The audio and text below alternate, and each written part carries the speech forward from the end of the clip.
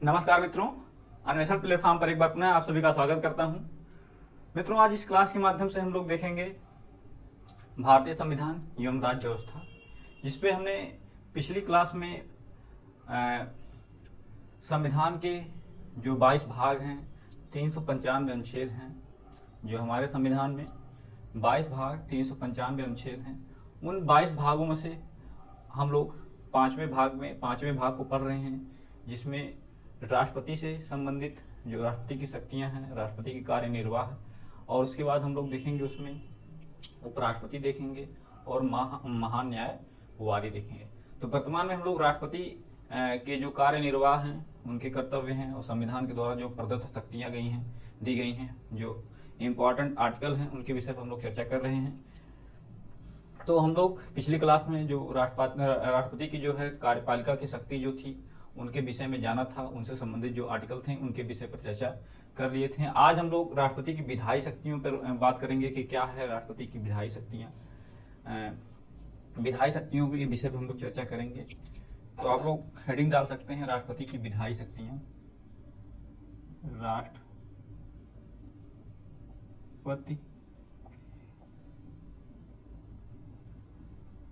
विधायी शक्तियां, राष्ट्रपति की विधायी शक्तियां। सर्वप्रथम दोस्तों, इसमें अगर हम लोग देखें तो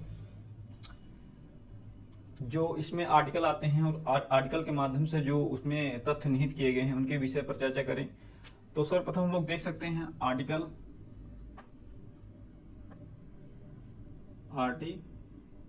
79 की, यानी अनुच्छेद 79 में क्या कहा गया है।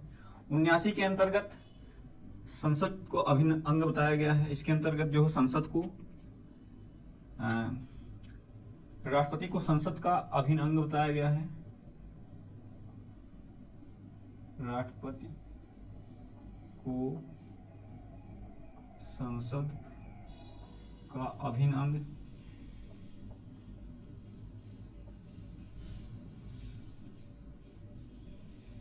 अंग बताया गया है। अभिन्न अंग बनाया गया है, जिसमें आप लोग देख सकते हैं जो राष्ट्रपति को संसद का अभिन्न अंग बनाया गया है। संसद किन किन के द्वारा किन किन के द्वारा निर्धारित होती है, तैयार होती है। तो उसमें आप लोग देख सकते हैं, इसके अंतर्गत संसद का गठन जो होता है, संसद का अर्थात इसका अर्थ हो जाएगा अर्थात संसद का गठन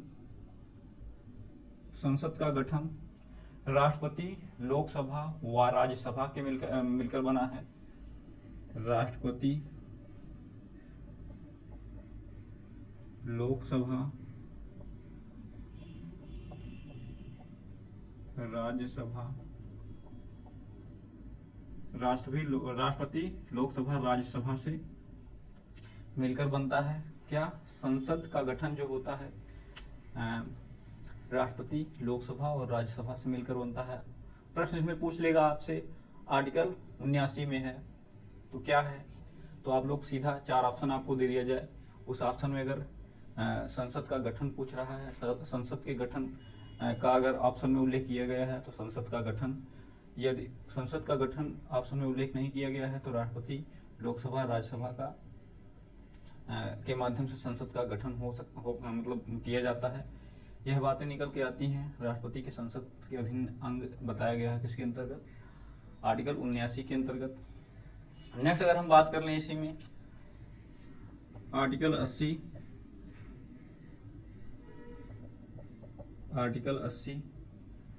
आर्टिकल 80 में क्या कहा गया है, राष्ट्रपति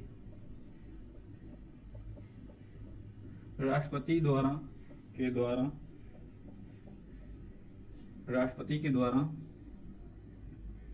राज्यसभा में 12 सदस्यों का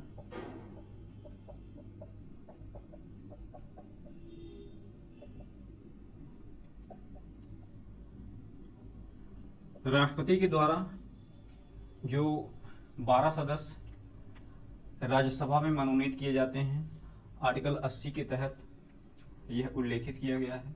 यानी हम लोग राष्ट्रपति की विधायी शक्तियों के अंतर्गत जो तथ्य निहित हैं उसको पढ़ रहे हैं।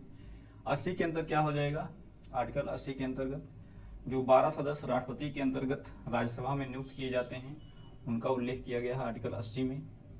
कौन कौन लोग होते हैं इसमें, कला, विज्ञान, साहित्य इत्यादि क्षेत्र के लोग होते हैं जो 12 सदस्यों को चयनित किया जाता है या मनोनीत किया जाता है। वहीं नेक्स्ट हम लोग देख लें आर्टिकल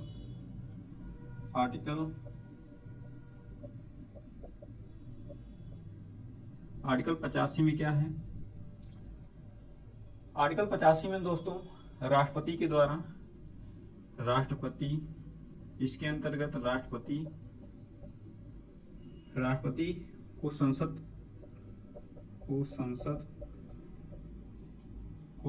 के सत्र को आहूत करना,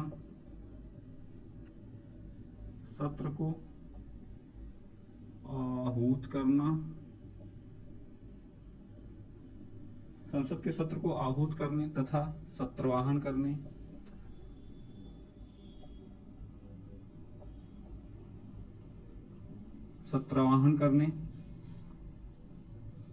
तथा लोकसभा को विघटित करने,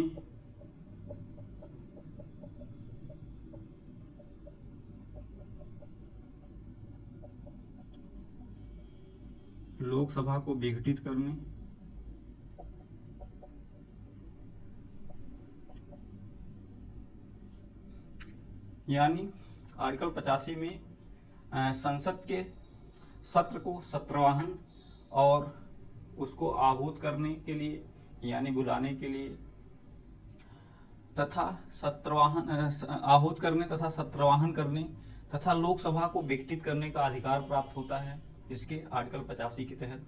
क्वेश्चन पूछ लेगा आपको कि राष्ट्रपति को किस आर्टिकल के तहत वह सत्र को बुला सकता है। सत्रवाहन मतलब सत्र को स्थगित कर सकता है या लोकसभा का विघटन कर सकता है। किसके तहत, आर्टिकल 85 के अंतर्गत यह बातें निहित हैं। लोकसभा का विघटन कर सकता है, सत्र को बुला सकता है, सत्र को बुला सकता है और सत्र को बुलाने के बाद उसका सत्रवाहन यानी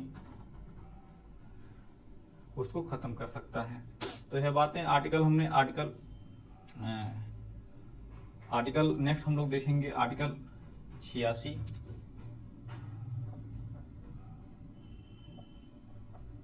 आर्टिकल 86 में क्या बताया गया है। 86 की अगर हम लोग बात कर लें तो इसमें राष्ट्रपति को संसद का अभिभाषण जारी करने के लिए, राष्ट्रपति को संसद का अभिभाषण जारी करने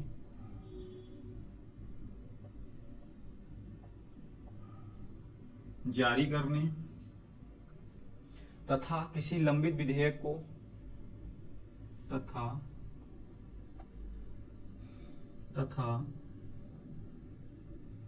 किसी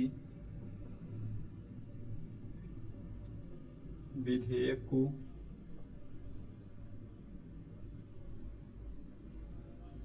किसी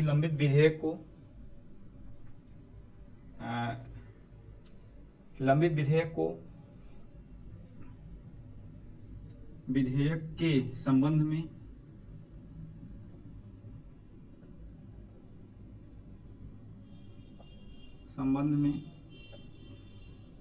संदेश भेजने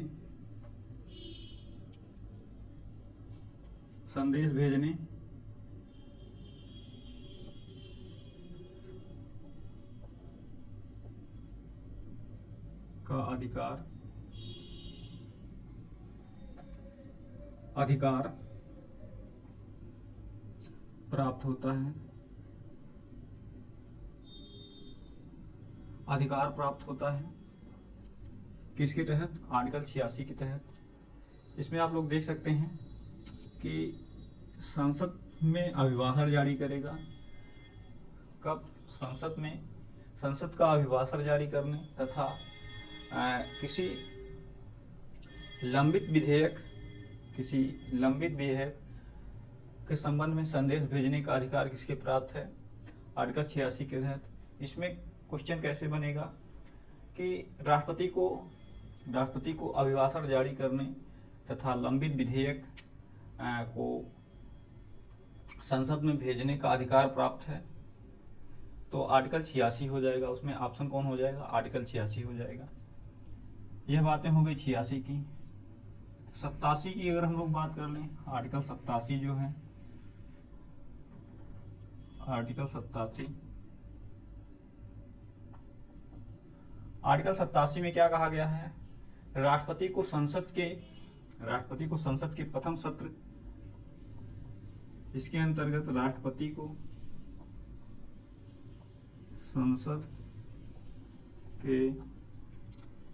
संसद के प्रथम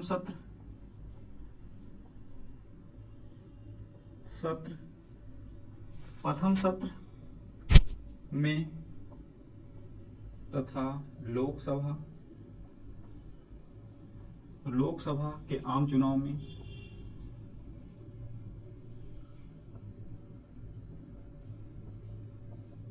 लोकसभा के आम चुनाव में प्रथम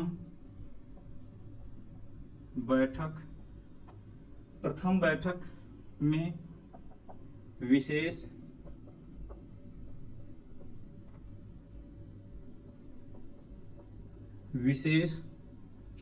अभिभाषण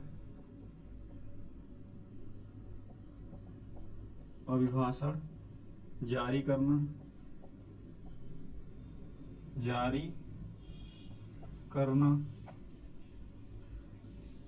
जिससे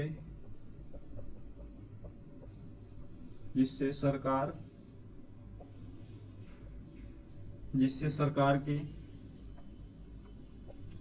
की नीतियों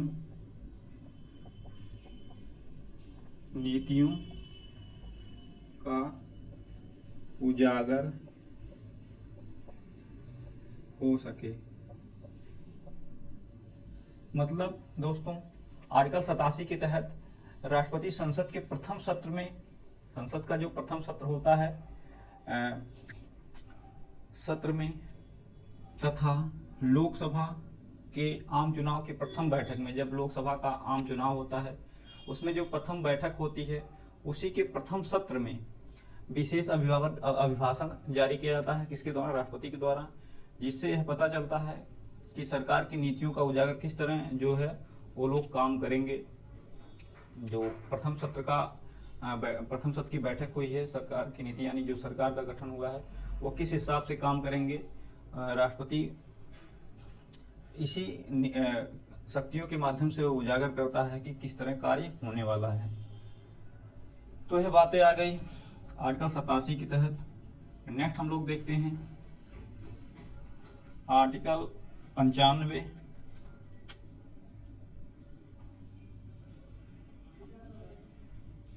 आर्टिकल 95 अगर हम देख लें तो इसमें लोकसभा अध्यक्ष,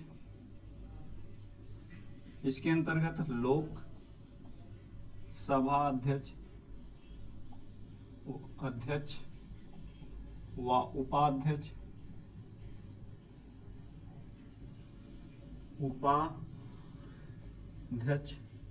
की अनुपस्थिति में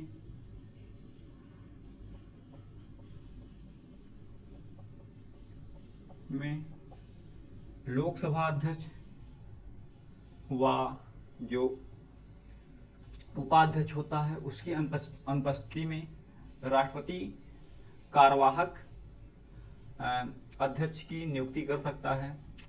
अनुपस्थिति में राष्ट्रपति कार्यवाहक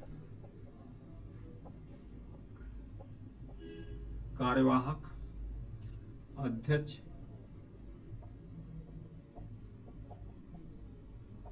नियुक्ति कर सकता है। किसके अंतर्गत? आर्टिकल 85 के अंतर्गत जो लोकसभा अध्यक्ष, जैसे आप लोग देखते होंगे कि लोकसभा अध्यक्ष जो बैठता है संसद में, अगर वह नहीं है, उपाध्यक्ष भी नहीं है, तो राष्ट्रपति को आर्टिकल 95 के अंतर्गत यह अधिकार प्राप्त है कि वह दोनों के अनुपस्थिति में एक कार्यवाहक लोकसभा अध्यक्ष की नियुक्ति कर सकता है। तो यह बातें निकल के आती हैं इसमें से। नेक्स्ट अगर हम देखें, नेक्स्ट आर्टिकल अगर देख लें, आर्टिकल 103 में, आरटी 103 में क्या कहा गया है? इसके अंतर्गत, आर्टिकल 103 के अंतर्गत केंद्रीय निर्वाचन आयोग, केंद्रीय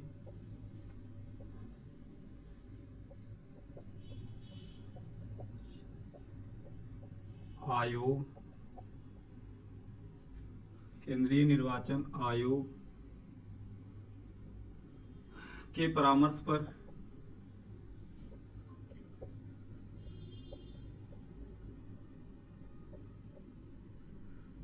पर परामर्श से राष्ट्रपति के द्वारा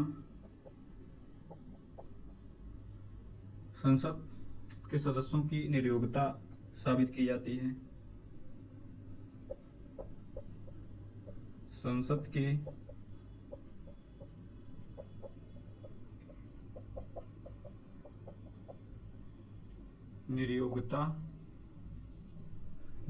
नियोक्ता निर्धारण की जाती है।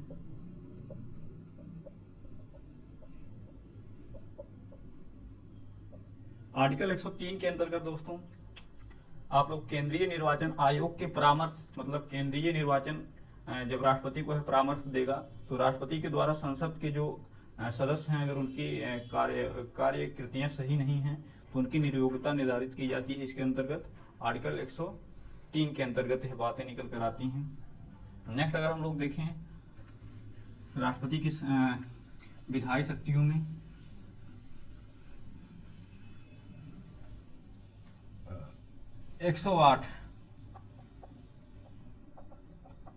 आर्टिकल 108,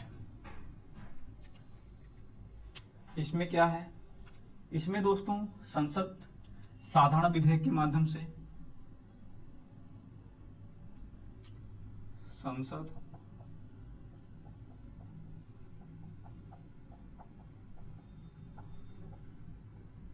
साधारण विधेयक के माध्यम से, संसद साधारण विधेयक को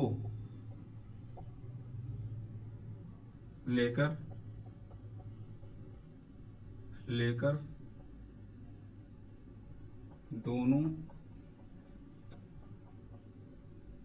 दोनों सदनों में गतिरोध की स्थिति में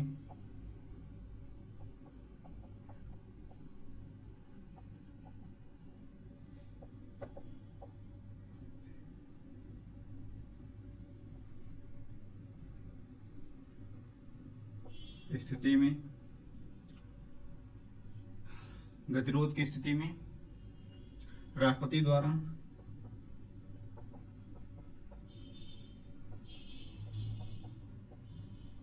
के द्वारा संयुक्त, इंपॉर्टेंट आता है शब्द इसमें, बैठक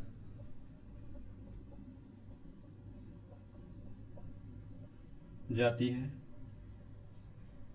संयुक्त बैठक किसके माध्यम से? आर्टिकल 108 के अंतर्गत राष्ट्रपति अगर संसद के दोनों सदनों में कोई अगर साधारण बहुमत का जहां पे बात फंसेगी तो उसमें उसको सुलझाने के लिए राष्ट्रपति संयुक्त बैठक बुलाता है। और इस संयुक्त बैठक की अध्यक्षता कौन करता है? बैठक की अध्यक्षता जो है लोकसभा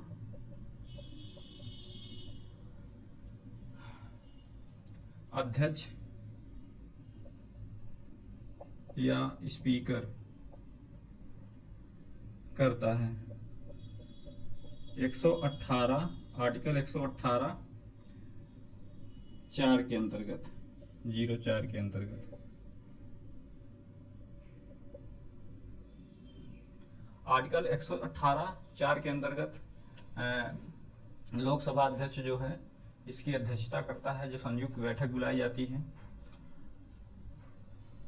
तो ये तो बातें आ गई आर्टिकल 108 की, जिसमें आप लोगों ने समझा कि साधारण बहुमत पारित हो रहा है, अगर उसमें किसी वजह से वह पारित नहीं हो पाया, तो जैसे लोकसभा से पारित हुआ राज्यसभा में अटक गया, जाकर रुक गया, तो राष्ट्रपति संयुक्त बैठक बुलाकर इस पे पारित कराने की कोशिश करता है, जिसकी अध्यक्षता कौन करते हैं? लोकसभा अध्यक्ष करते हैं या स्पीकर करते हैं। यह तो 108 की बातें हो गई। आइए देखते हैं 111 में क्या है।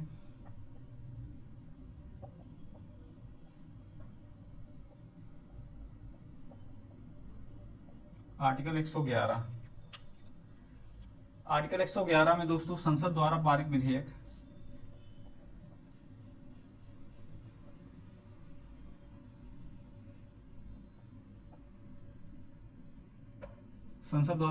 पारित विधेयक राष्ट्रपति की सहमति के लिए भेजा जाता है।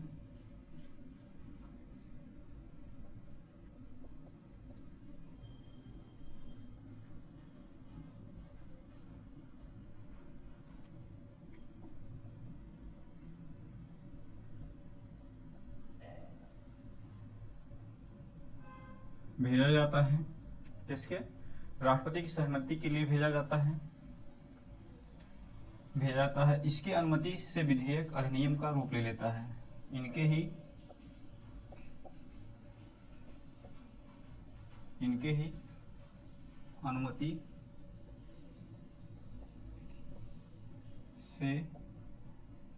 अनुमति से विधेयक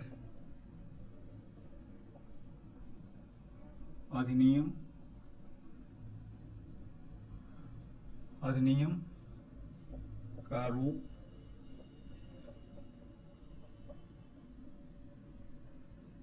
ले लेता है। क्या? आर्टिकल 11 के अंतर्गत द्वारा पारित विधेयक राष्ट्रपति की सहमति के लिए भेजा जाता है। जब राष्ट्रपति के हस्ताक्षर हो जाते हैं तो ही अधिनियम बन जाता है। लेकिन जो है धन विधेयक तथा संविधान संशोधन विधेयक की अनुमति प्रदान करने के लिए राष्ट्रपति बाध्य होता है। जो धन विधेयक होता है और संविधान संशोधन विधेयक होता है, उस पे अनुमति प्रदान करने के लिए राष्ट्रपति बाध्य होता है। और लेकिन संसद द्वारा जो पारित विधेयक, जो साधारण विधेयक होते हैं, एक बार राष्ट्रपति जो है उसको पुनर्विचार के लिए भेज सकता है। यह व्यवस्था जब इंदिरा गांधी की सरकार थी, जिसमें 22वां संविधान संशोधन 1976 में समाप्त कर दिया गया था, लेकिन राष्ट्रपति को एक बार पुनर्विचार के लिए फिर 14वां संविधान संशोधन 1978 में जनता पार्टी के द्वारा यह पारित कराया गया। तो जब साधारण विधेयक को एक बार पुनर्विचार के लिए यह लौटा सकता है, लेकिन जो धन विधेयक होगा और संविधान संशोधन विधेयक, उसको राष्ट्रपति जो है पुनर्विचार के लिए नहीं लौटा सकता है। यह बातें निकल के आई आर्टिकल 111 से, जिसको आपने समझा। नेक्स्ट बातें आती हैं आर्टिकल 123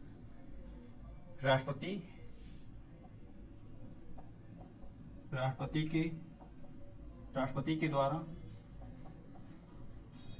अध्यादेश जारी करना। राष्ट्रपति अध्यादेश जारी करता है आर्टिकल 123 के अंतर्गत। क्या है अध्यादेश? अध्यादेश दोस्तों, जब संसद का दोनों सत्र ना चले, जैसे लोकसभा और राज्यसभा में का जो है संसद है, उसमें जो दोनों सत्र ना चल रहा हो, उस समय कुछ ऐसी स्थिति आ गई कि कानून बनाने की जरूरत है, तो राष्ट्रपति को यह शक्ति प्राप्त है कि वह अध्यादेश जारी कर राष्ट्रपति कानून को बना सकता है।